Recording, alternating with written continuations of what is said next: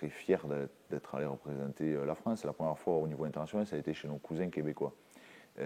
Mais d'un côté, super content de gagner mon combat là-bas contre le champion canadien et de me retrouver avec le combat qui a été entre guillemets plus ou moins élu KO de l'année au Canada, en MMA.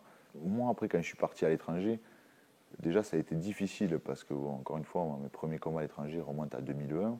Donc déjà, à cette époque-là, c'était très difficile pour les Français parce que les peu qui avaient combattu jusque-là n'avaient pas forcément eu, on va dire, une bonne presse au niveau international. Donc c'était assez dur. Le côté un peu moins sympatoche quand on se retrouve à Houston, au Texas, à faire une ceinture contre un Américain, quand il y a 5000 personnes dans la salle en train de vous siffler quand on vous annonce de France. Bon, voilà, mais en même temps, ça m'a un peu blindé aussi, parce que de toute façon, je savais très bien que systématiquement, si je voulais combattre en MMA, c'était à l'étranger. Donc il fallait bien que je m'y fasse. On a été peu nombreux au début à tenter cette expérience-là. Maintenant, un peu plus, parce que bien sûr, la pratique s'est démocratisée.